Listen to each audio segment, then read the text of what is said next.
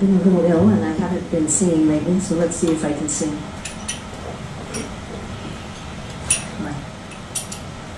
Jaya Radha Madhava Kunjabi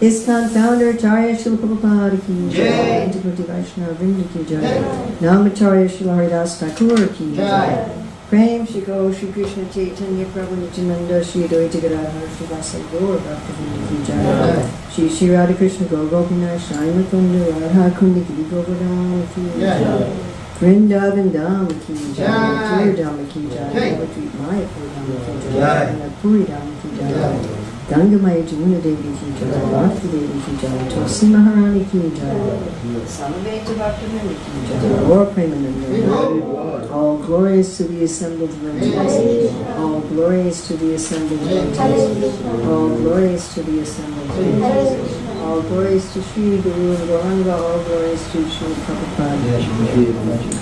Om Vishnu Padaya Krishna Krishnaya Bhutale Srimati Bhakti Vedanta Swami Nityananda Namaste Saraswati Devi Gauravani Bhutale Namaste Sasundari Vaskachati Satari Vandeham Shri Guru Shri Padakamalam Shri Guru Vaishnavamscha Shri Rupam Sajajatam Sahagana Vartanatam Vitam Stam Sajivam Sadvaitam Sadvadutam Pavijana Sahita Krishna Chaitanya Devam Shri Radha Krishna Padam Sahagana Vadita Shri Krishna Pandita Panchapati Vishchapi Vasindhi Vatapati Tinam Bhavani Vaishnavaya Namo Jai Jai Shri Chaitanya Jaya Nityananda Jaya Jaya Shri Chaitanya Jaya Nityananda Jaya Dvaita Chandra Jaya Gaura Bhakta Vrinda Jaya Dvaita Chandra Jaya Gaura Bhakta Vrinda Jaya Jaya Shri Chaitanya Jaya Nityananda Jaya Jaya Shri Chaitanya Jaya Nityananda Jaya Dvaita Chandra Jaya Gaura Bhakta Vrinda Jaya Dvaita Chandra Jaya Gaura Bhakta Vrinda. We have so September 10th, 2023, in ISKCON Soho, with Radharani Ishwar. And we're reading from Caitanya Caritamrita, Adi Lila, chapter 7, text 114. Chandra dosha nahi kenya agnakari dasha Araye sunetara haya sarvanasha Question?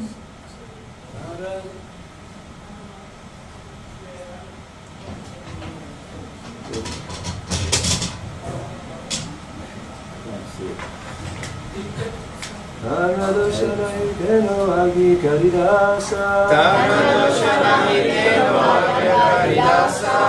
Araye shunetara hoya sarvanasha.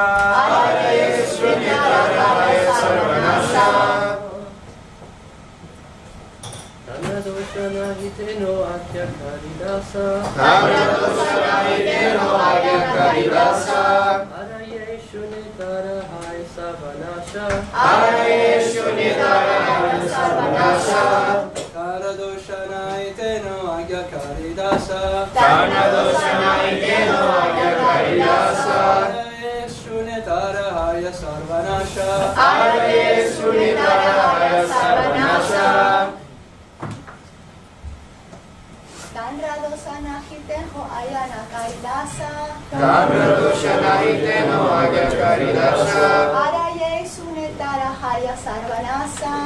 Araye shunetara hoya sarvanasha. Dharmadoshanahiteno agikaridasa. Dharmadoshanahiteno agikaridasa. Araye shunetara hoya sarvanasha. Araye shunetara hoya sarvanasha. Dharmadoshanahiteno agikaridasa. Araye shunetara hoya sarvanasha. Tanra, his, Lord Shiva's, dosha, fault, nahi, there is none, tainho, he, agyakari, obedient order carrier. Obedient order carrier. That literally means someone who carries the order in their hands. Dasa, Dasa. servant, Servant. ada, others, yea, anyone, Anyone. shune, Shune. hears the Mayavada philosophy. Here's the Mayavada philosophy. Tada, Tara. of him, Of him. haya, Haya. becomes, Becomes. sarvanasha, Sarvanasha. everything lost. Everything lost. Translation by Srila Prabhupada. Sankaracharya, who is an incarnation of Lord Shiva, is faultless because he is a servant carrying out the orders of the Lord. But those who follow his Mayavada philosophy are doomed. They will lose all their advancement in spiritual knowledge. So before I read this purport, which is 2.5 pages long and extremely complex, I'd like to tell you a little story about this chapter, which I hope that on hearing this story, you will be able to be a little bit more attentive to this extremely difficult purport. So I joined the Hare Krishna movement in 1973, and soon after I joined, this chapter came out as a separate book. So Prabhupada we didn't actually publish the whole Caitanya Caritamrita till later, till 1975. But this one chapter, Adi Lila chapter 7, Lord Caitanya in 5 features, was published. And as a very new member of the Hare Krishna movement, I devoured it, as I always done with anything that was in writing. And I really went into it very deeply. I took notes and so forth and so on. So in those days, we didn't get very many people from India coming to the temple, some, but not so many. So one Sunday feast, this Indian gentleman came for the first time to a Hare Krishna temple, and he happened to be speaking to me. And he was propounding the Mayavad philosophy that is countered in this chapter. And it was almost as if he had read the same chapter, because he was offering... He was giving practically all the same arguments that are being given here in Srila Prabhupada's purports. And I had just read this, and I was young. I was 18, and my brain was still fresh. And I had studied it very thoroughly. So every single argument that he gave, I countered it from something that Prabhupada gave.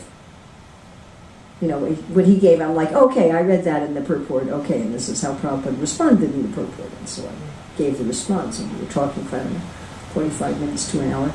And afterwards he looked at me and he said, "You are the most intelligent person I have ever met." And I was able 100% to say, none of this is my intelligence. All of this is the intelligence of A.C. Bhaktivedanta Swami Prabhupada. And then he came more and more to the temple. I don't know whatever happened to him in the long run, but he started regularly coming to the temple. So yes, this is difficult. Undoubtedly, it's very technical. It's highly philosophical. It's not like sweet Lila stuff. Okay, but it is worth paying attention to. Okay, Srila Prabhupada's purport. Mayavadi philosophers are very proud of exhibiting their Vedanta knowledge through grammatical jugglery. In other words, they take the verses and they reinterpret them. They say, oh, actually this pronoun refers to this and this. But in the Bhagavad Gita, Lord Sri Krishna certifies that they are Maya Padita Jnana, bereft of real knowledge due to Maya. Maya has two potencies with which to execute her two functions. Does anyone know the two potencies? Covering and throwing. Excellent. Covering and throwing, yes.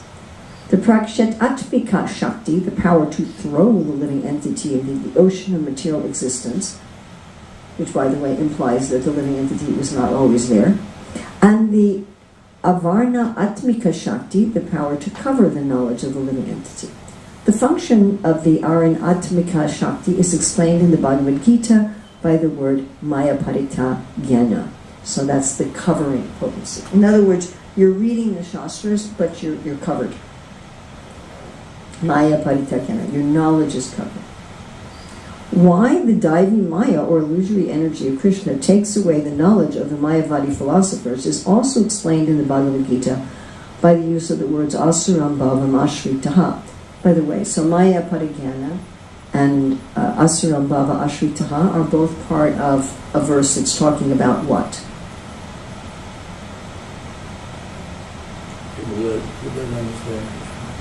People who don't understand Krishna. People who don't understand it. And they're not well. My ears are clogged up and some of my hearing is hopefully very temporarily impeded. So you need to talk a little louder. So people who don't surrender to Krishna, right? Krishna gives 4 types who surrender and 4 types who don't. And so Prabhupada here is mentioning 2 types who don't, which refer to a person who does not agree to the existence of the Lord. So Srila Prabhupada's, that's helpful. So Srila Prabhupada's classifying these Mayavadi philosophers both as having their knowledge covered and being demons. The Mayavadis who are not in agreement with the existence of the Lord can be classified in 2 groups. Now he's giving another 2 classifications. So he gave the Asuram Bhavam Ashritaha and the Maya Parita Jnana. Now he's giving another 2 groups.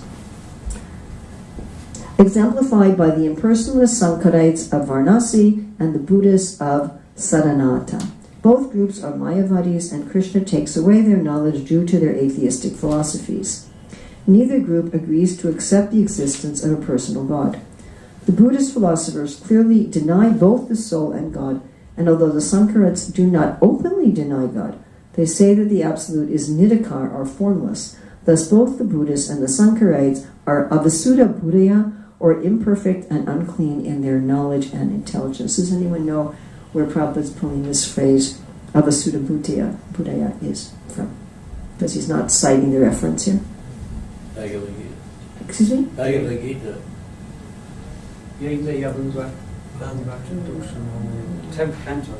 It's in the 10th canto, yes? It's in the Yene Ravindakshima. Yes, yes, and where is that? It's 11th canto. No, it's 10th.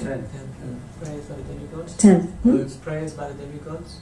It is prayers. I'm pretty sure it's by Lord Brahma, but it might be by the demigods. But you might be right. Right now in the world in 2023, do we have a huge influence of these 2 groups? Yes. Especially in terms of preventing spirituality to the general public. So a lot of people in the general public have become, shall we say, frustrated with religion, both in philosophy and in practice and in behavior of religious people. Am I correct? Yes. But human beings still have a desire for spirituality. They have a desire to understand the purpose of life. They have a desire to understand the meaning of life. They have a desire to elevate themselves up beyond what Prabhupada always calls eating, sleeping, mating, and defending. And so what's being attractive to people today are these 2 philosophies in various forms. in various forms, and often they're presented even as having nothing to do with religion or spirituality. Okay, going on. The most prominent Mayavadi scholar, Sadananda Yogindra. Now this is interesting because Srila Prabhupada doesn't always identify people by name, especially contemporary people. He tends to avoid mentioning them by name. Has written a book called Vedanta Sada, in which he expounds the philosophy of Sankaracharya, and all the followers of Sankara's philosophy attribute great importance to his statements.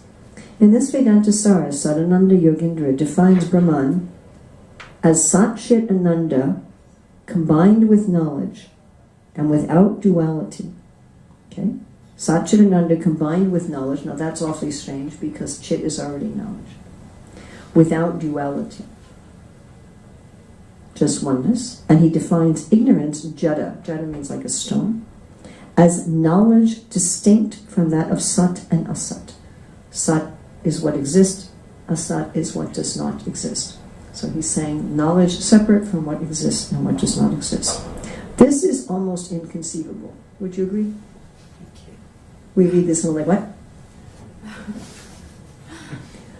But it is a product of the three material qualities. So Srila Prabhupada is saying that it sounds like a transcendent philosophy, and it's almost impossible to understand, but it's actually coming from the gunas. Thus he considers anything other than pure knowledge to be material.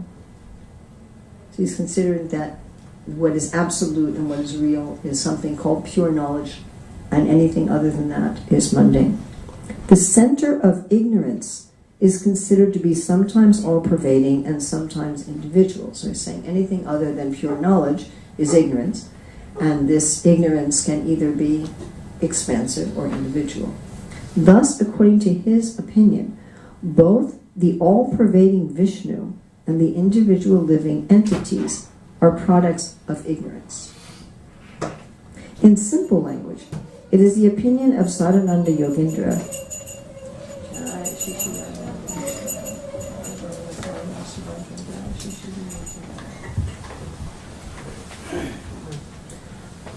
It is the opinion of Sadananda Yogindra that since everything is nirakata, formless, the conception of Vishnu and the conception of the individual soul are both products of ignorance. He also explains that the Vishuddha-sattva conception of the Vaishnavas, so Vishuddha-sattva is a conception of goodness beyond sattva gun, pure goodness, is nothing but pradhan. Pradhan is the undifferentiated source of creation. I mean, I'm not sure if this is scientifically accurate, but I like to think of it. It's like if you could break up all the atoms and you just had protons, neutrons, and electrons everywhere there's no differentiated elements. So he's saying that this concept of the Vaishnavas, of pure goodness, is just the substrate of creation. He maintains that when all-pervading knowledge is contaminated by the Visuddha-sattva, which consists of a transformation of the quality of goodness, there arises the conception of the Supreme Personality of Godhead, who is the omnipotent, omniscient, supreme ruler, the supersoul, the cause of all causes, the supreme Ishwar, etc.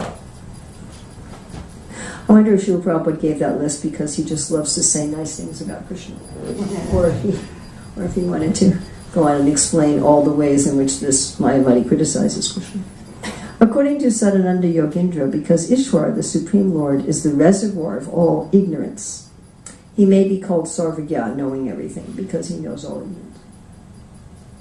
Or omniscient, but one who denies the existence of the omnipotent Supreme Personality of Godhead is more than Ishwar, or the Lord. So he thinks he's greater because he's relegating the Lord to the Lord of ignorance. His conclusion, therefore, is that the Supreme Personality of Godhead, Ishwar, is a transformation of material ignorance, and that the living entity, Jiva, is covered by ignorance. Thus he describes both collective and individual existence in darkness. Is that heavy? Can everybody follow at least a little bit? And there are people who are teaching this right now. I mean, my own guess is that people have some sort of transcendent impersonal experience. where they feel a loss of self and they feel some identification with the Lord. And from this transcendent experience, they come up with these philosophies. It's not just the experiences we have, but it's our ability to understand those experiences. And part of the ability to understand those experiences is by hearing. According to Mayavadi philosophers, the Vaishnava conception of the Lord as the Supreme Personality of Godhead and of the Jiva or individual soul as his eternal servant is a manifestation of ignorance. If we accept the judgment of Lord Krishna in the Bhagavad Gita, however, the Mayavadis are to be considered Maya Paritha Gyana, or bereft of all knowledge, because they do not recognize the existence of a Supreme Personality of Godhead, or they claim that his existence is a product of the material conception, Maya. These are characteristics of the suras or demons. Also, many philosophers, professors, etc., explain any religion that worships a personal God as just being guilty of anthropomorphism, that we're people and so we project a personal conception on God. So that's actually quite a similar idea. Yeah? I recently read David Haberman's book, Loving Stones. Any of you familiar with David Haberman? Yeah. One time when I was in Chaupati, Radhanath Swami had him actually speak to the devotees from the Vyasasana. He is initiated in the Pushti Marg of Vallabhacharya. He's also a professor of religion, and he did his PhD thesis on the worship of Govardhan Chilas. And in the book that he produced from that, Loving Stones, he has a whole section about anthropomorphism and how modern philosophies are critical of the worship of a personal God, what to speak of the worship of a personal God in the form of the deity, what to speak of the worship of a personal God in the form of a stone, and how that they consider this the grossest ignorance. So very similar to what we're reading, right? That if you're worshiping God, a personal God, you're in ignorance. If you're worshiping a carved stone that you say looked like God, you're in even deeper ignorance. And if you're just taking a stone and worshiping a God, then you're really, really, really, really, really ignorant. And that such people make an absolute distinction between matter and spirit. That spirit must be anything that's not matter. They haven't understood any kind of a Chitta-Bheda Bheda Tattva. Anyway, fascinating exposition. Lord Sri Chaitanya Mahaprabhu in his discourses with Sarvabhauma Bhattacharya said, Jivera Nishtara Lagi Sutra Kaila Vyasa Mayavadi Bhasya Sunye Haya Sarvanasa. Vyasadeva composed the Vedanta Sutra to deliver the conditioned souls from this material world, but Sankaracharya, by presenting the Vedanta Sutra in his own way, has clearly done a great disservice to human society, for one who follows his Mayavada philosophy is doomed. In the Vedanta Sutra, devotional service is clearly indicated, but the Mayavadi philosophers refuse to accept the spiritual body of the Supreme Absolute Person, and refuse to accept that the living entity has an individual existence separate from that of the Supreme Lord. Thus they have created atheistic havoc all over the world, for such a conclusion is against the very nature of the transcendental process of pure devotional service. The Mayavadi philosophers' unrealizable ambition is to become one with the Supreme through denying the existence of the personality of Godhead. Results in most calamitous misrepresentation of spiritual knowledge, and one who follows this philosophy is doomed. Now this is a heavy thing. One who follows this philosophy is doomed to remain perpetually in this material world. As long as you follow that philosophy, in other words. It's not that once you follow that philosophy, you can never get out. But as long as you're following that philosophy, that you think everything is ignorance, then there you are in ignorance. Therefore the Mayavadis are called Avasuddha Buddhaya, or unclean in knowledge. Because they are unclean in knowledge, all their austerities and penances end in frustration. Thus, although they may be honored at first as very learned scholars, ultimately they descend to physical activities of politics, social work, etc. Now this is a very important point that Srila Prabhupada makes many times, and I would say probably came from his direct observations. And it's not that Srila Prabhupada is against politics and social work. Right? And the Ishopanishad, he talks about the Ishyavasya principle. And of course, Srila Prabhupada wanted us to establish Varnashram. We're going to be, Krishna will be giving a lecture on the Varna part this afternoon. So Srila Prabhupada wanted Krishna wants for there to be devotees in the heads of government. He wants there to be devotees running businesses and agriculture. He wants there to be devotee professors. He wants there to be devotee plumbers and electricians and artists and musicians. It's not that these things are wrong. He wants us to give in charity. In the 18th chapter, he says even great souls should give in charity. So it's not that nobody should engage in politics. I mean, unless you're at the beginning of such a yuga where there's no varnashram. And everybody just sits around and meditates and picks fruit from the trees. Yes? But the point that Prabhupada's making here is a little different. He's saying that these Mayavadis are saying everything's ignorance, everything's Maya. Any kind of individual work is in ignorance. But they can't maintain that position because it's a false position. And so therefore they come back to do the very work that they've rejected. Do you understand? They said all this work is all nonsense, it's all ignorance. But they can't stay away from it. Instead of becoming one with the Supreme Lord, they become one with the material activities. This is explained in Srimad Bhagavatam 10:32.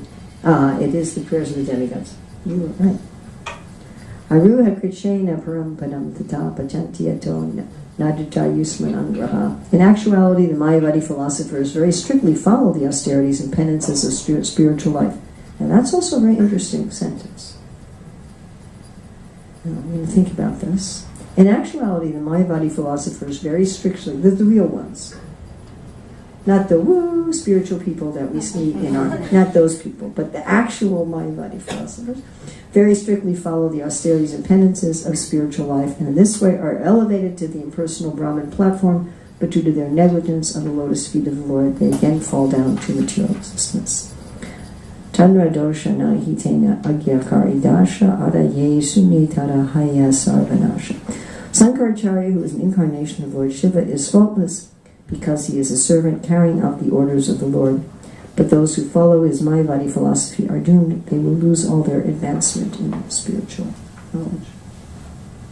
So this point Prabhupada makes that those who take up this philosophy are not able to maintain it is quite an interesting point.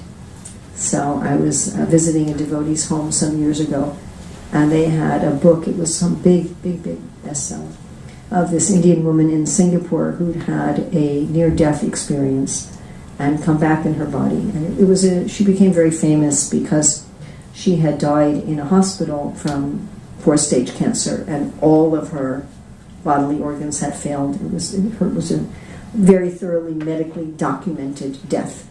And when she came back from her near-death experiences, within like 2 weeks, she was completely healed. I mean, we went from a total organ failure of all of her organs to complete healing. So anyway, I didn't read the whole book, but I read like the second half of it, and ended up watching a little video of this lady, and it was fascinating. So she was an ethnic Indian living in Singapore, and she had some impersonalist Buddhist philosophy that she was following. And so when she left her body, she actually had some sort of Brahman, maybe partially Paramatma experience.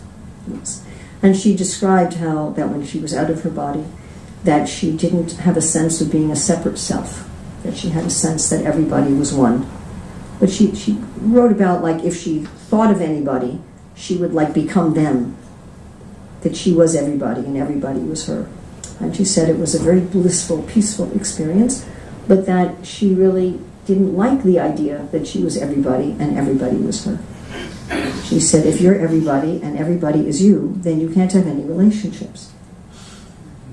So she was married. She said, I decided that I would prefer to have an illusion of separateness because I don't want to give up my relationship with my husband. And so she came back into her body, which then healed. And I thought, this is exactly what Srila Prabhupada talks about. Exactly. That you experience some state where you think you're everybody and everybody is you and everything is one. And you don't want to stay there.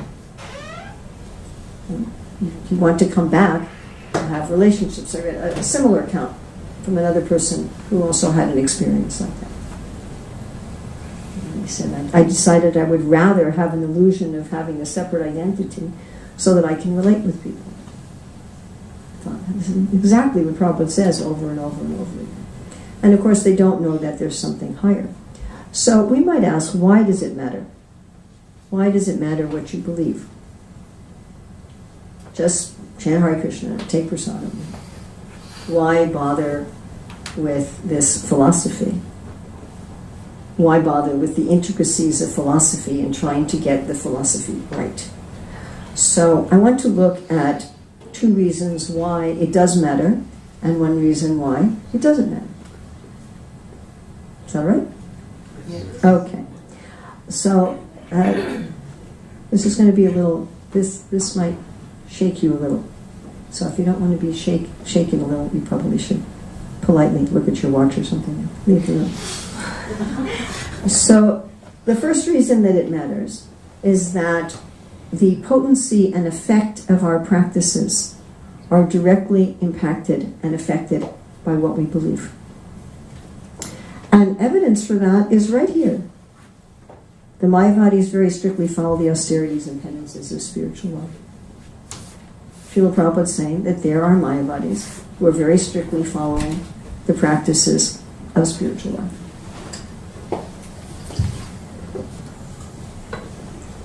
When Raghunath Bhatta Goswami left home to go see Sri Caitanya Mahaprabhu, there was this gentleman, Ramdas Vilas, who offered to help him. He was carrying Raghunath Bhatta Goswami's bags, and he was constantly chanting the name of Ram, Ram, Ram, Ram, Ram, Ram, Ram, Ram. When they got to Jagannath Puri to see Sri Caitanya Mahaprabhu, Sri Chaitanya Mahaprabhu bestowed his blessings on Raghunath Bhatta, but he paid no attention to Ramdas Vishwas. Why? It's possible for our practices to yield different results. Ramdas Vishwas wanted to merge with Ram, so he was chanting for that purpose. Like the Mayavadis, they're practicing, they may be practicing some of the same things that we do. In fact, some of them may be stricter than some of us. But their purpose is different. This is called the sankalpa. What is your aim? What is your intention? Now, just having an intention isn't enough. If you say, I would like to become a medical doctor, and you never go to medical school, that's not going to work. But if you want to become a medical doctor so you can learn how to murder people more effectively, that's also not going to work either. It's what is your intention, yeah? Intention and practices go together. It's not one or the other. Intention by itself is useless. That's just mode of ignorance determination. Oh, I'd like to become spiritual someday. But even if you're doing, do we have many examples in the Shastra of people, of demons, who perform great shastric austerities? Yeah, I mean, some of them do their own made-up things, like Fracassery. A lot of them actually perform the austerities of the Shastra. And do they get powers that they misuse? Yeah. It's entirely possible, if you have the wrong intent, if you have the wrong understanding, to misuse the potency that comes from the practices. And I've thought about this quite deeply. The spiritual practices we do in our Hare Krishna movement are not radically different from those of any other religion, are they? Are they? Everyone does some sort of worship, usually with some sort of fire involved. And they chant some sort of prayers, individually and collectively, and they read some sort of scriptures, and they observe festivals related to the people in their line, and they go to the holy places related to the people in their line. I mean, that's not that different. And you might say, well, the Hare Krishna mantra is especially potent. Always? Our acharyas say that the name can be just the alphabet, if it's not infused with any intention. Or it can be offensive. Yes? Then you might say, well, like the people we're meeting on the street, like we go out and do Harinam, or the people to whom we give prasadam, they have no philosophical understanding, they have no intention. but we do. You follow? Srila Prabhupada does. Our practices have been infused with his potency, and we in turn are supposed to infuse them with our potency. So therefore, even if the people hearing us or the people eating the prasadam, even if they don't have a proper philosophical understanding and they don't have a proper sankalpa, they will still get benefit by ours. At least they'll get an abhas, at least they'll get a reflection or a shadow. But it's not just the practices, it's the practices with the proper mentality. Therefore, devotional service, not just service, but devotional service, and not just devotion, but devotional service. If one has the wrong mood, right? If you're chanting Hare Krishna, I mean, at this one class where Prabhupada said, if you're chanting with offenses, it just gives you material results. You know, if you're like, oh, Hare Krishna, you know, I want to have a beautiful mansion by the ocean. It might not get you that in this life, but it will get you that. Does that make sense to everybody? So it matters. Now, again, if you just have philosophy, that's useless if you don't act on it. But the practices we do, although they have potency in and of themselves, we also have to respond to them. And we can also say the holy name is a person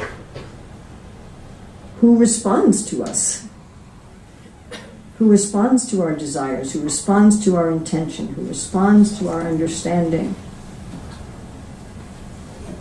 It's not just something mechanical.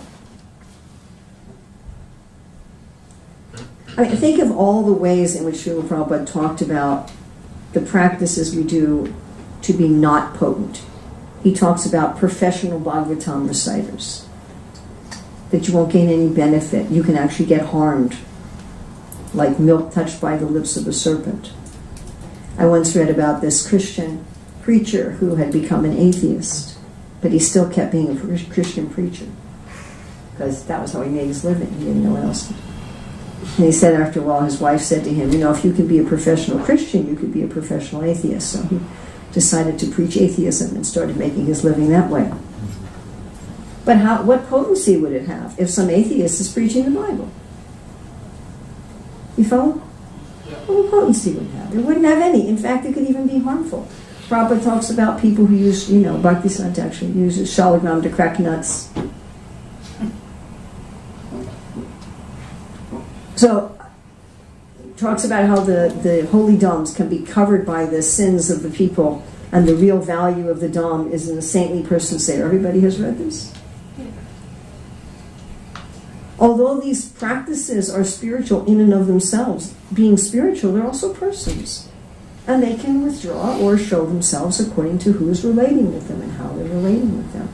So unless a person is relating with them spiritually, they don't show their full glory. And they can even withdraw completely. Don't we do that? If someone's dealing with us in a nasty way, or what to speak of in like a really abusive or aggressive or violent way, don't we withdraw? We don't show ourselves. Why wouldn't God do that?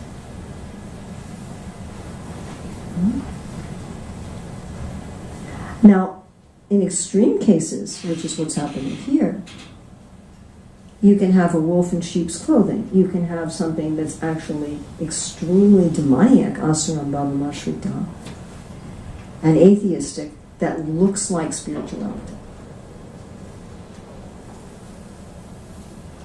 So it may not be just some gross materialist who's misusing spirituality for some material benefit, but it can be someone who's actively propagating atheism, but it looks like something spiritual. Now, from my experience, I would say that a lot of people doing this in 2023 are more or less innocent. In other words, they don't hate God. They're not trying to destroy God. They've been fooled by someone. And the philosophies like this that are very common, I'm saying, are primarily some form of Gyan Yoga or Dhyan Yoga. That's Karma Yoga is not so popular. Where Gyan Yoga, part of Gyan Yoga is you become detached. You see yourself as the observer. And you become detached from your thoughts, feelings, and desires. And of course, Gyan Yoga is you meditate, and you, with pranayama, with asana, and so forth, you regulate your life airs and mechanically go into a trance. So either one of those, either Gyan Yoga or Gyan Yoga, can put a person at least into Sattva Gun. And for most people running around in 2023, Sattva Gun is pretty far out. It's like, whoa, I feel peaceful, I feel happy, all of a sudden my body's working properly. I can see things in the right perspective. Like Krishna says, you see what is to be done, what is not to be done, what is binding, what is liberating. And so it's very easy to mistake Sattva Gun as spiritual. So a lot of these people are just receiving some glimpse of Sattva Gun in their daily meditation practice or in their various practices of Gyan Yoga. But when you read the philosophies behind the people teaching a lot of this stuff, it's very much like what Srila Prabhupada is saying in this purport. You know, you step back and you become the observer and you just observe your thoughts, feelings, and desires. Fine, that's wonderful. We have that in the Bhagavad Gita too, that's part of our bhakti yoga process. And you start to realize that you're the self separate from the body and mind. Okay, great. So far, so good. Then as you become expert, you start to realize that there is no observer self. Huh? Who is realizing that there's no observer self? Who? I realize that there's no I?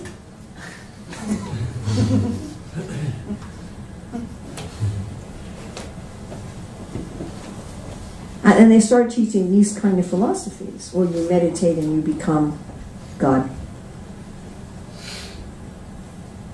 Now, of course, what sometimes happens is the opposite of what I said in the beginning. I met this one man who was a Buddhist teacher of Vipassana Yoga for 20 years. And he said that one time when he was meditating, he actually had a vision of Krishna.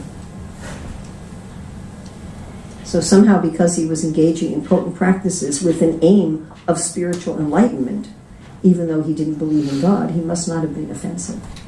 Anyway, so he came to the Hare Krishna temple. He said, you guys are right.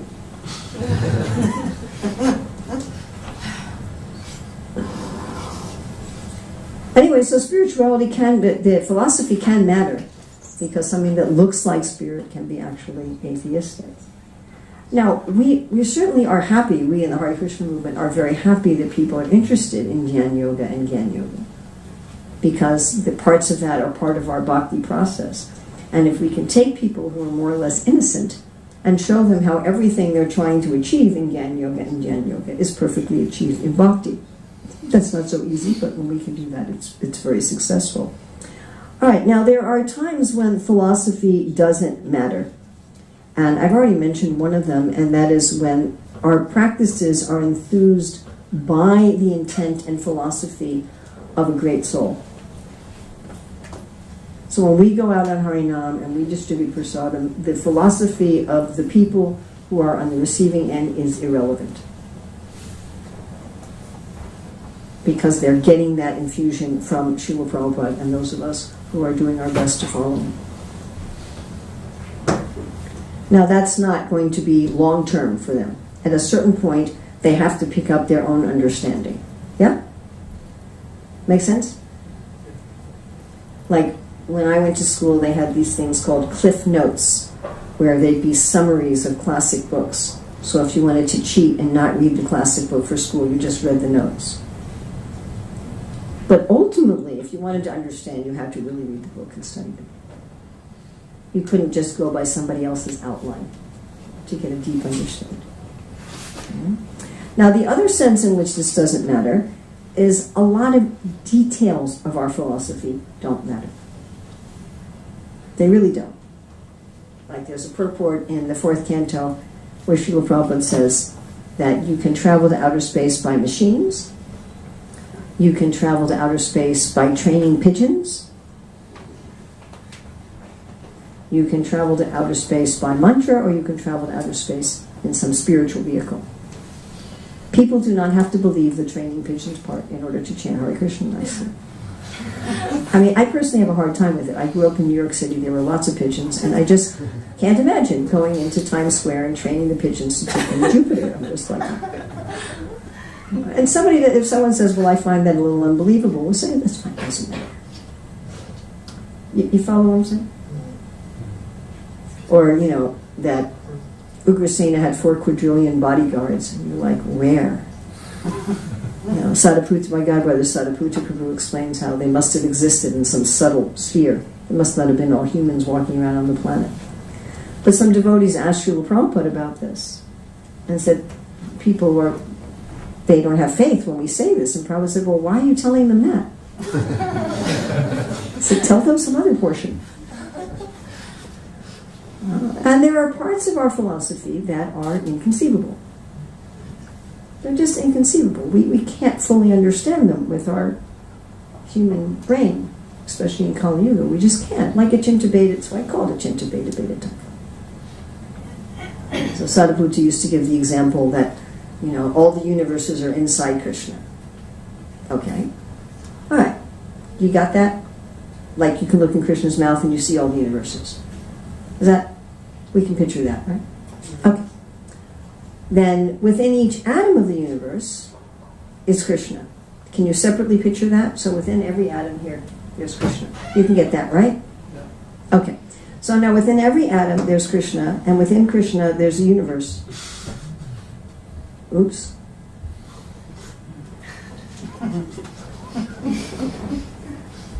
How do those two things exist simultaneously?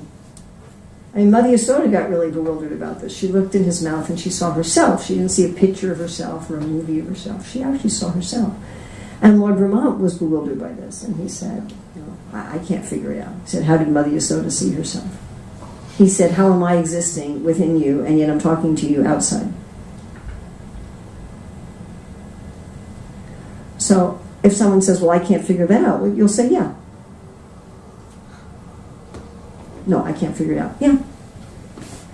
You just appreciate it. Or one thing we were discussing is, some leaders, the how, where, when a jiva becomes conditioned by Maya. We tend to fight about this. But Srila Prabhupada writes in his purport to Bhagavad Gita 13:20, it is really not important how the jiva got conditioned by Maya. And Bhaktivinoda Thakur writes in his Jaiva chapter 15 that this is inconceivable. It can't be understood by a conditioned soul. So all the devotees try to explain this in various ways, but it actually can't be understood. And Vishwanath Chakravarti Thakur also writes, he says, it's inconceivable. Bhaktivinoda said this is understandable in samadhi under the chit shakti of the Lord. Then one can experience it. I mean, we have examples in our life of things that cannot be properly communicated, experiences that cannot be properly communicated, even very simple ones. Like, what does a mango taste like? You have to taste it. I mean, you can't really communicate it. Even people who write restaurant reviews and who have a huge vocabulary for describing the textures and tastes of foods, ultimately you have to taste it. So certain things we can understand by logic and reason, and certain things we can't. We can understand up to a point. We can understand certain parts of it. But we say, well, but if it's like that, what about this? And what about this? And what about this? And what about this? And what about this? And there are some aspects of our philosophy that are really not very important, as Prabhupada says. They're just not very important. And we can get the main gist of it, and that's it. And then there are certain things that are very important. And if we don't have those right, then we may be doing our practices and going in the wrong direction. Things that are explained in our shastras that are very time, place, and circumstance. Brahmachari should wear deerskin and matted hair. That's not important. In fact, not only is it not important, but Sri Chaitanya Mahaprabhu didn't like that, even though it's right there in the Bhagavatam. And of course, Burjan asked Srila Prabhupada, how do you know what's a principle and what's a detail? And Prabhupada said, that requires intelligence. Of course, we have a list from Srila Bhaktivinoda Thakur of what are the 10 universal, eternal, transcontextual truths. And he got his list from Baladeva Vibhushana, who's kind of the link between the Madhva Sampradaya and the Gaudiya Sampradaya. And Baladeva Vibhushana got his list from Ananda Tirtha, one of the main disciples of Madhvacharya. What are the elements of philosophy that are universal, eternal, and transcontextual?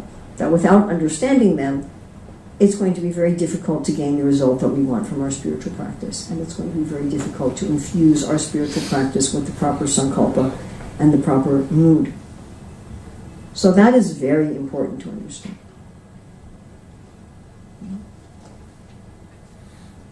So therefore, although purports like this are complicated and difficult and intellectually challenging, undoubtedly they are, and they require, you could spend a few hours just getting into what is Srila Prabhupada talking about. This chapter is worth studying and understanding because we are facing this in our modern day, these different distortions of philosophy. We're facing it all around us. And because we really want to make sure that we understand things clearly in our own practice of bhakti. So, of course, what I'm saying implies that we do something radical in 2023, and that is read books. I think a lot of people at the modern day, they just watch 90-second videos. But to actually read Srila Prabhupada's books. And not only to read them once, but to read them again, and to read them with the devotees. And to discuss them with the devotees. And of course to hear Srila Prabhupada's lectures, to hear Srila Prabhupada's conversations and morning walks, and to be getting ourselves thoroughly grounded in this understanding. So that the things we do, that they will respond with us, that the holy name will respond with us, the prasadam will respond with us, the deities will respond with us, because we're approaching them in the right way, with the right attitude and the right sankalpa and the right understanding. So, questions, comments, additions, subtractions, chastisements? Yes? Hare Krishna. Hare Krishna. First of all, it's really amazing how each one of your classes is always amazing. Thank you. That's just because you love me, that's all. She's an old friend. Regarding the books of Srila Prabhupada, I notice he often quotes Chanakya Pandit, which I really don't like. And there are things that Chanakya Pandit says that really touch my core values, and I feel like when Prabhupada quotes him, I get upset. I feel like, why is Prabhupada quoting such a man, And then I asked Radhanath Swami, and he said that actually Chanakya Pandit was not a saintly person. He was just like a moral politician, something like that. But a few days ago, in the 6th canto, I read that Prabhupada said that Chanakya Pandit was a sage. So then I went back into my confusion. Okay, so you're talking about something that's not very important. This is in the not very important category. What Chanakya Pandit says is not eternal, universal, transcontextual truths, whatever he may have been. So in order to help people achieve the universal, eternal, transcontextual truths, it's helpful to have a society that's peaceful.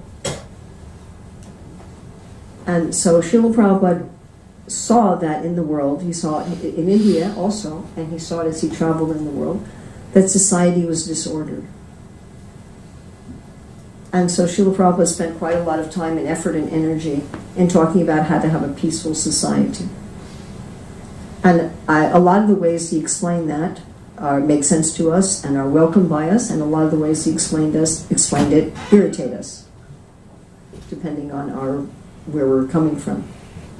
In our hermeneutics class, we have a really nice lesson, lesson 7, where we deal specifically with a lot of these things. And it's good to remember that when Prabhupada first started teaching about a simple, more natural way of life in the 60s and 70s, that was not only not popular, it was considered grossly antisocial. We were going to have better living through chemistry. We were all going to get on the Starship Enterprise and have computer synthesized food. And that was going to be a great advancement in life. And we were going to, through antibiotics and vaccines and DDT, we were going to wipe out all the diseases on the planet. And so if you talked about living green, I don't think we used that term then, but if you talked about living green, you were antisocial, you were anti-progress. So what's considered on a social level to be good in society and bad in society is constantly changing. You know, Prabhupada talked about when he was growing up, people were married very, very young. And basically, you know, Bhakti Vinod married at 14, Lord Chaitanya married at 14, Gandhi married at 13. But now that's considered horrible, criminal, actually. So, you know, there was a time when that was considered the responsible way to take care of your children and have a sane and stable society. And now it's considered literally child abuse. So things shift, you know, what we consider, and so what we're going to read from what Prabhupada's quoting that inflames us, that we're going to say, well, this is just wrong. Either something that we think is logically wrong, like pigeons flying you to Jupiter, or something morally wrong, like you can't trust women. And our reaction to that is going to depend on what culturally at our time is considered good and bad. Now let's look at that, can't trust women, because that's probably the one you're talking about, right? You're talking about a different one? Yeah, I'm talking about Chanakya Pandit saying that there are 3 things that you can beat: a wife, a dog, and a drum. Oh, that one. You're going to ask me that one publicly. You are going to ask me that one publicly. Oh boy. The other one I could deal with easily. This one's a little more difficult. Yeah, but Prabhupada says that only uncivilized people do that, and if in a civilized country such a thing happens, there should be a court case. And the way Prabhupada responded practically to women whose husbands were beating them was to immediately tell them to leave the situation. But in Prabhupada talking about it, so that was his. Prabhupada didn't accept Chanakya Pandit as Shastra.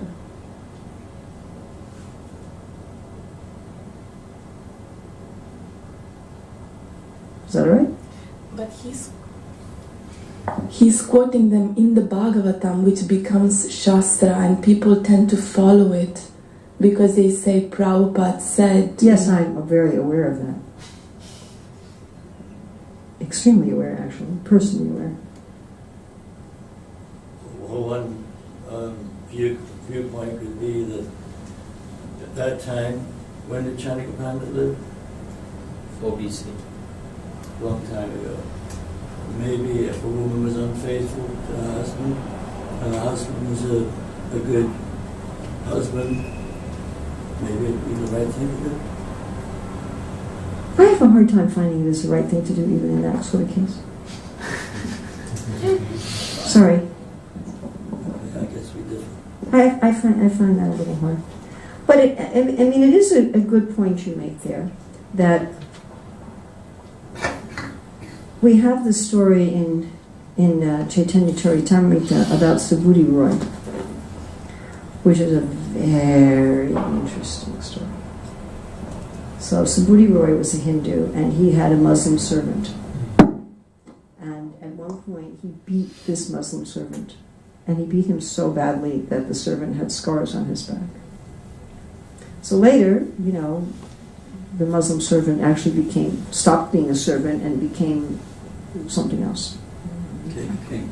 He became a king? Went from being a servant to being a king? It's pretty far out. Anyway, he became some big thing. And his wife one day said, "What are these scars on your back?" And he said, "Oh, Subhuti Roy beat me when I was his servant." And she said, "Well, you should immediately kill him." He said, No, I'm not. He said, "He was like a father to me. I'm not going to hold this against him." And then she said, "Well, then you should turn him into a Mohammedan." Which in those days, all you had to do was take water that a Mohammedan had drunk and throw it on a Hindu, and then the Hindu was a Mohammedan. You didn't need much of a conversion strategy. Just throwing water at people. And so Subhuti Roy didn't know what to do. Now he had lost his caste, and so he went to these brahmanas who said, drink hot ghee, drink boiling ghee, in other words, commit suicide. That's also interesting. And then he went to Lord Chaitanya, who said, no, just take sannyas and go to Vrindavan. So all kinds of weird things come out of this story. Why are these brahmanas telling somebody to commit suicide just because he had some water sprinkled on him? That's like really weird. And then the other really weird thing coming out of that story is that it was clearly socially acceptable to beat your servants, to the point that you made scars on their back. It was obviously, it was part of the social climate. Does that mean that was good? By the way, are there things going on in our modern society that are heinous? Yes. That are just an integral part of our society? Yeah. Is that pretty much always true in history? Do you think of any point in history, except maybe the beginning of Satya Yuga, where that's not true? That certain things are normalized in a society that are actually heinous? And these things shift. I mean, one example is slavery. So it wasn't that long ago when slavery was normal in society. And I'm sure some people thought it was a good thing, and other people thought, well, it's not great, but it's the way things have always been. And other people thought this is horrible and we should change it. You all know that the lithium batteries in our phone are most likely the result of horrible forced child labor. Yes? Everybody knows that? Why do you have a phone? Why do you have a phone?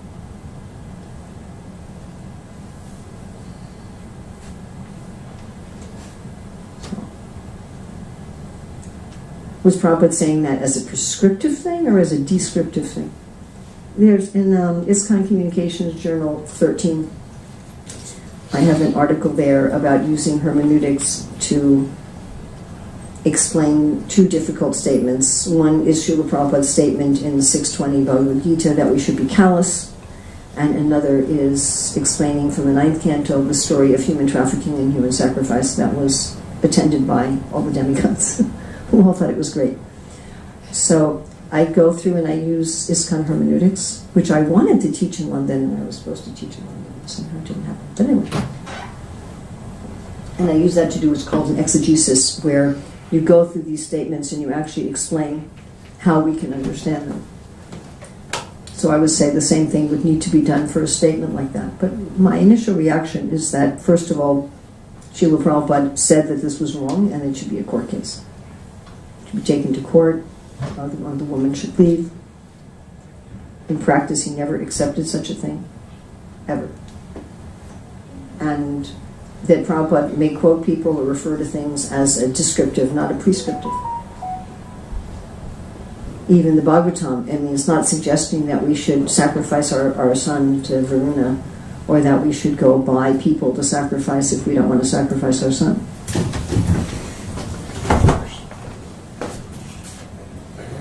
Is he okay?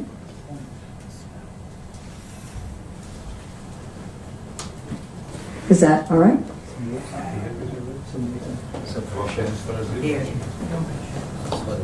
Is he okay? Were we talking about things that were too heavy?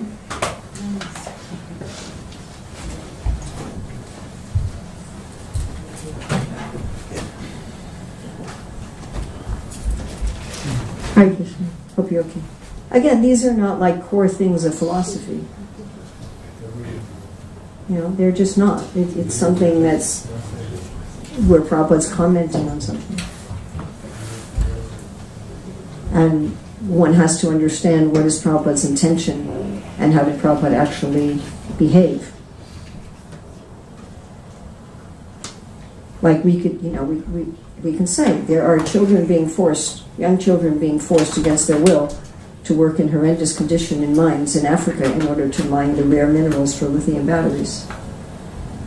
So I just said that. Does that mean I think it's okay?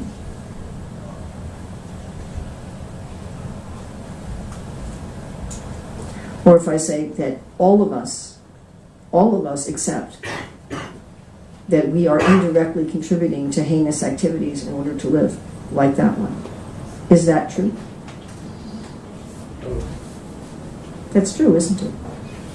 We're accepting that we can't do anything about it, that in order to live our lives, in order to function in this society, we have to indirectly contribute to heinous activities.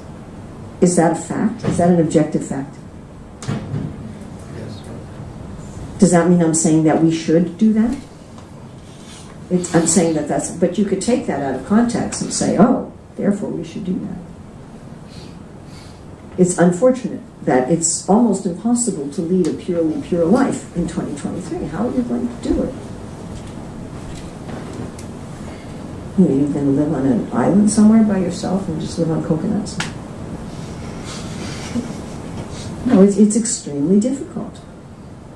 Even, I mean, it's hard for me to think of any exceptions. You know, the devotees I know who separate themselves from society and live, you know, in the middle of nowhere and eschew most of modern technology and so forth, end up needing some relationship with the world in general in order to live and in order to maintain the temples. Yes? And as soon as you do that, you're likely to be in touch with something that is involving some horrific sinful activity somewhere. Like people who are really strict vegans, you know, they have trouble finding the right tires for their car. You follow? It's all, so I see this is mostly observational. My personal conviction is that you can take any troublesome statement from Srila Prabhupada or Acharyas in the Shastra, and using proper hermeneutics, you can understand it in such a way that you preserve the eternal, universal, transcontextual truth. And there will always be people who take these other statements and misuse them for their own purposes. Yes?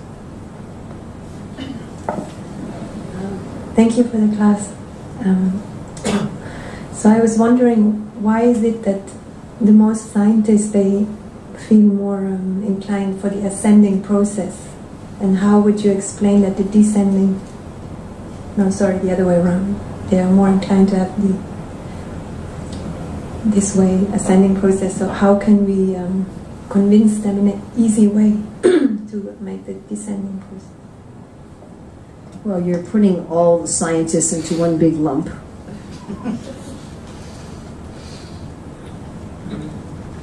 I know many, many theistic scientists and many Hare Krishna scientists. I assume you're talking about hard scientists, not soft scientists. Although that, I mean, I'm a soft scientist, I'm a social scientist. How to convince them? I mean, I was just reading this thing how, you know, the physicists, astrophysicists say that at most they can perceive 5% of the matter in the universe. And even that they don't know, because you don't know how much you don't know. You don't know how much there is. So you don't know how much you're perceiving. And you can look at what are the faults of empiricism. So, just to very briefly, so like when I was at the master's level, they're telling us, you know, this is a fact, and this is a fact, and this is a fact, this is a fact. And then you get up to the PhD level, and we were studying the philosophy of science, the philosophy of research. And the first thing they tell you are all the flaws with empirical research. So anybody who actually gets up to that level of science understands that there's flaws in empirical research, and they're insurmountable flaws.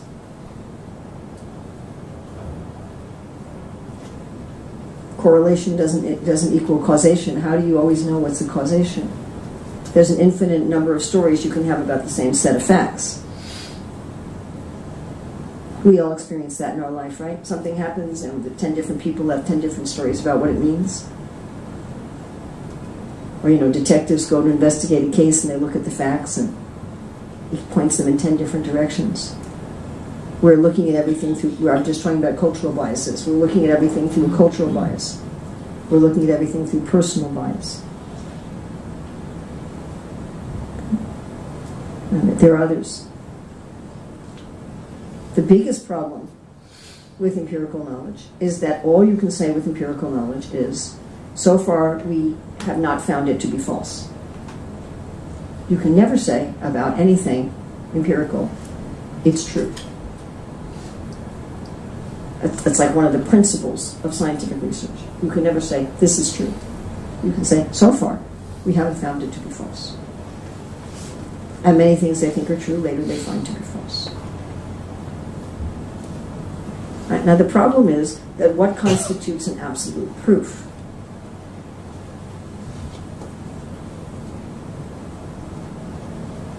Raja Vijay Rajaguyam Pratyaksha Latman Dharmam Susukam Kartamanam. Pratyaksha. The only thing that will constitute an absolute proof for any of us is our direct experience of spirituality. If I say to you, I've seen Krishna, that may, if you believe me and you have faith in me, that may be evidence for you that Krishna is real. Like this Buddhist meditator who saw Krishna. That's evidence for me, but it's not proof for me, is it? Is that proof? Maybe he's lying. Maybe what he thought was Krishna was something else, who knows? But it's evidence. The only ultimate proof for us is our own experience. And that's only a proof for us personally. Which is why ultimately all of this can only be understood through direct perception. Rajavijay Rajivim Pavitram Idamutam Pratyaksha Vagalam Dharmam Susukam Kartamanam. Prabhupada would often say, well, we understand our advancement not by a certificate from others, but by our practical experience, just like when you're eating food, which we're about to do. You know, you get nourished, you get relief from hunger, you get satisfaction. And you don't have to ask somebody, unless you have some sort of metabolic disease, you don't have to ask somebody, excuse me, have I eaten enough? Am I satisfied? I think the ultimate argument is that if you really want to find truth, you need to be in a process that's going to give you a direct experience of truth. And hard science is never going to do that. It can't. If there's a very complicated design on a fabric and you just look at a little piece of it, you're never going to understand the whole thing. Which is very nicely explained in Thomas Kuhn's Structure of Scientific Revolutions.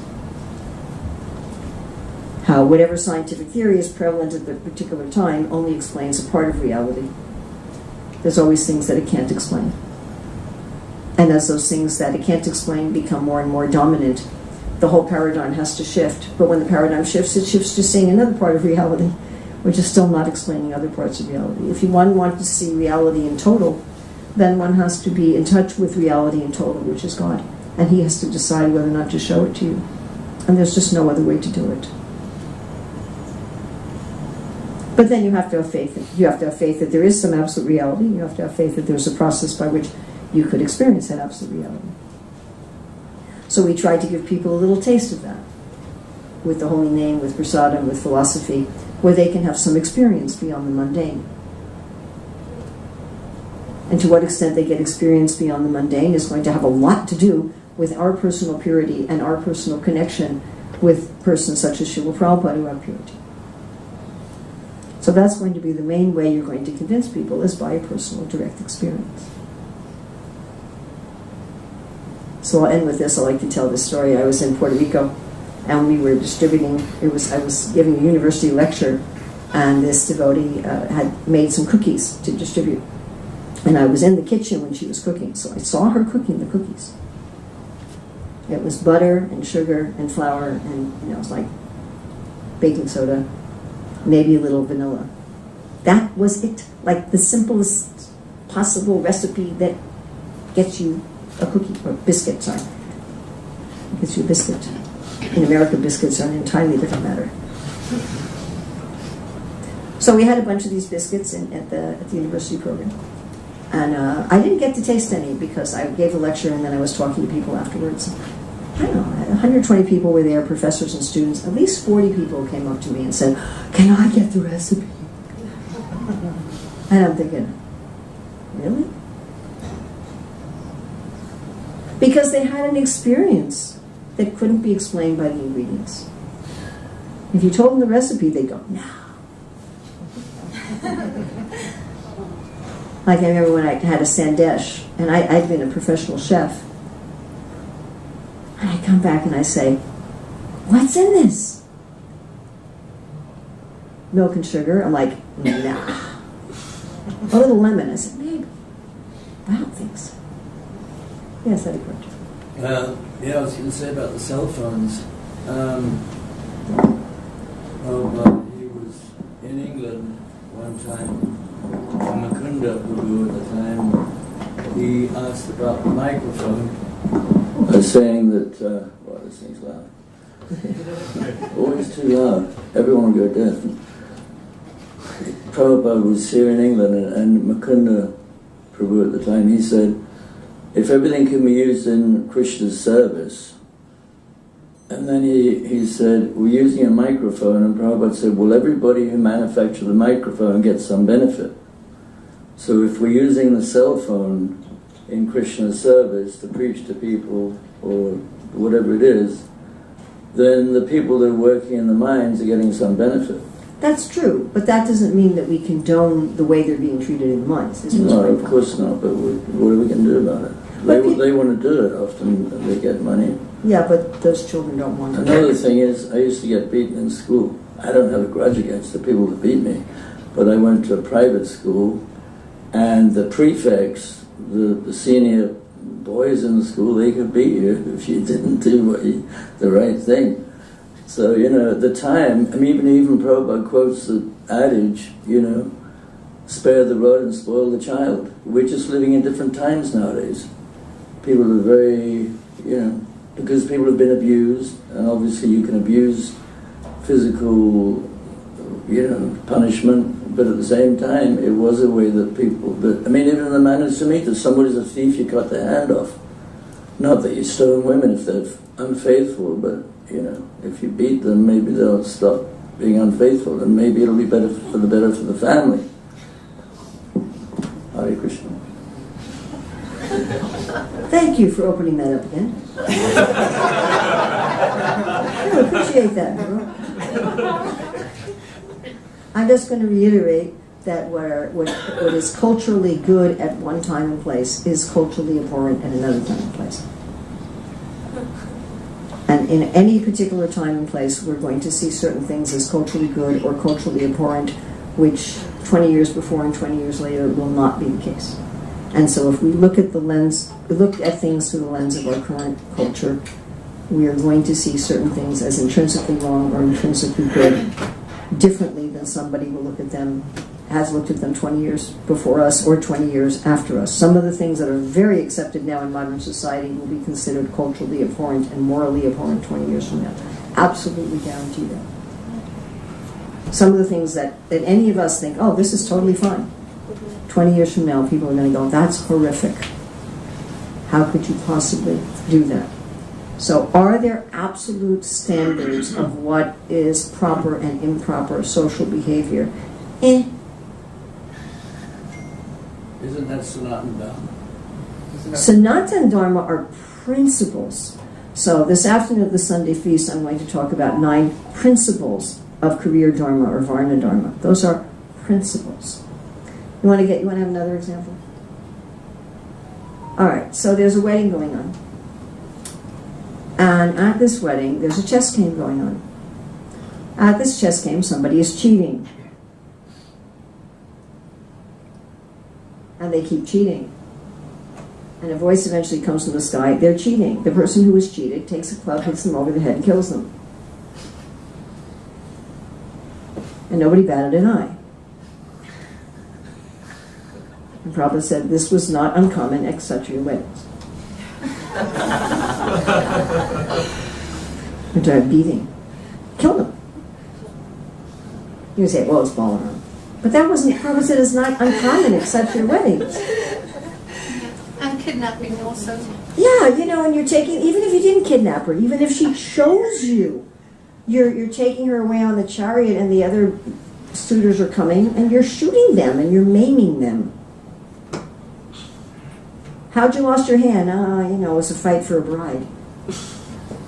And it's not a criminal case. In America with Alexander Hamilton, this is just, 150 years ago.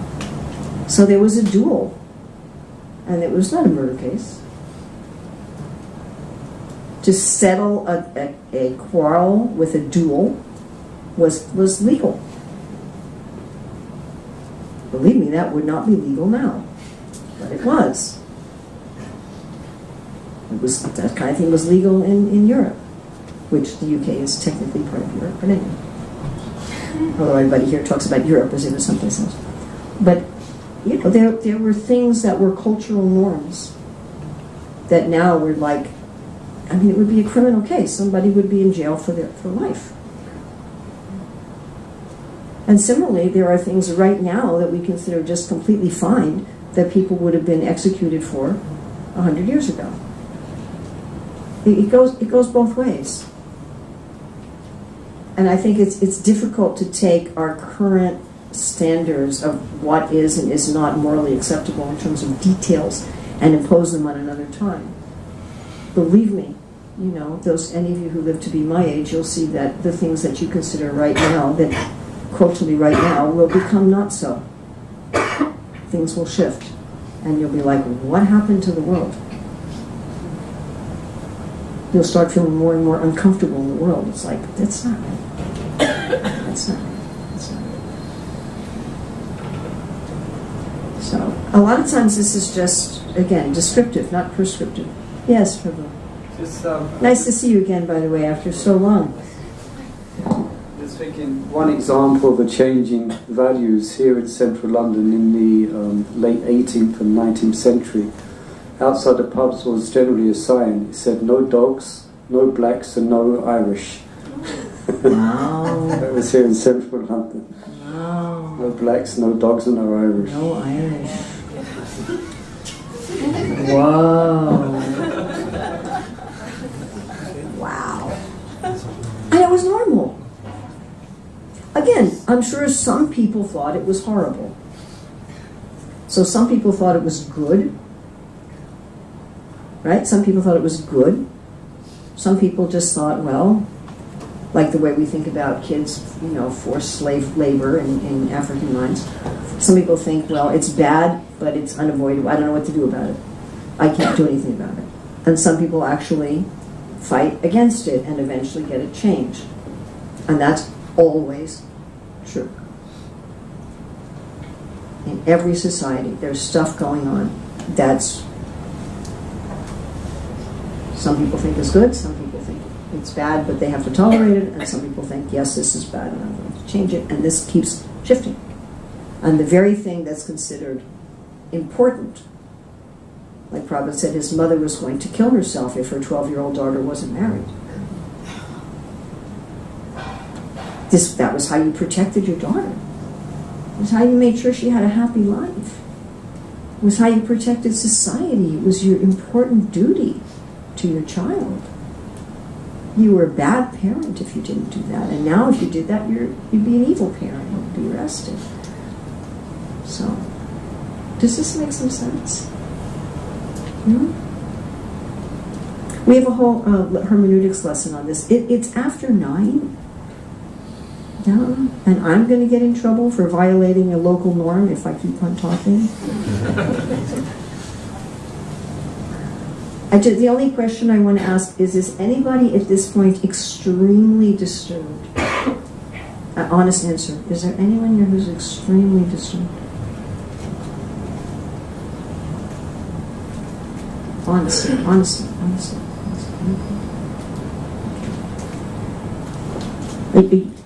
Do all of you have at least some relative beginning peace with this stuff? Thanks so much for being this. I love you too. Right? I think I won't say disturbed, but then what we've heard or learned in the past, and excuse me because this might be a very nice point of view. Hold on. Don't hold it too close. I get nervous talking on mic, so like I said, excuse me, this might be a very naive point of view, but That's what fine. we've heard I just didn't want to end if there was anybody that was still very disturbed. That would be fine. Right, so what we've heard in the past, and I was born in a place near Mathura, so this is my love for him that I keep coming back to him. But what we've learned in the past is either it's Gyan Marg or Bhakti Marg or Dhyan Marg. They say it's eventually leading you to the same thing. But this is the time, and I don't know, it's just a coincidence, beautiful lecture by you, that this point came up again. This has been going in my head for months. What's right? So are there any recommendation or books that you can go through to get it clarified? And I think the point of view where you said that if you taste something, that's when you know how, the experience, so that's very beautiful. So can I read books, get more clarity? Because then you're confused as to what's right, what's wrong, but we've heard that all three margs are eventually... Well, there's the fourth one, of course, Karma Yoga. Krishna says very clearly in the 5th chapter that both Karma Yoga and Sankhya is actually a mixture of Dhyan, and Bhakti from Kapila Dev, will take you to the same place, but you have to have the right sankalpa. You have to have the right sankalpa. If you're engaging in these processes with the idea that ultimately there's no God and ultimately there's no soul, and by chanting the Hare Krishna mantra, I'm going to realize that I don't exist and God doesn't exist, then you're not going to get to the same place because you don't want to get to the same place. The only way you might get to the same place is if you get some sort of extraordinary mercy, or if you're just kind of innocent and you don't really know what you're doing. And our understanding, our Gaudiya Vaishnava understanding, is that there has to be some touch of bhakti in the other castes in order for them to ultimately bring you to love for Bhagavan. Which makes sense. It's kind of like saying there has to be some desire for love in order to bring you to love. There has to be some touch of working on love in order to bring you to love. Without that, you might get you might come to just sattva-gun, or you might get just some Brahman realization, like I talked about, that people even achieve that. And they say, I'd rather have illusion relationships than just even this sort of ecstatic peace. So what we're presenting, I didn't have time to get into this in depth in this class, but we're presenting a whole realm of detailed and deep emotions in bhakti. And yes, any of the paths of yoga can take you there, but if you have to know where you're going, you have to want to go there. And there has to be some touch of that devotion in your path. And our own recommendation is that if you do Uttam Bhakti, if you do pure Bhakti, that's not covered by Gyan and Karma and Yoga, that includes aspects of Karma Yoga, includes aspects of Gyan Yoga, includes aspects of Jnana Yoga, but is not covered by them, that your path will be easier and quicker, because what you're practicing is very similar to what you want to achieve. Whereas with the other three, what you're practicing is quite different from what you want to achieve. It's more like a means to an end. Is that helpful? And as far as reading, Srila Prabhupada has a whole lot of books. Bhagavad Gita is a good place to start. I've written a novel that deals with this called Essence Seekers, if you want to check that out. Sorry, say that again? It's called Essence Seekers. It's the form of a novel, and I deal with these 4 paths. So again, thank you very much, and someday I'll memorize a Sanskrit verse, but anything good in this lecture came from Srila Prabhupada, anything bad came from me. Please take the good and leave the bad. Srila Prabhupada ki jai.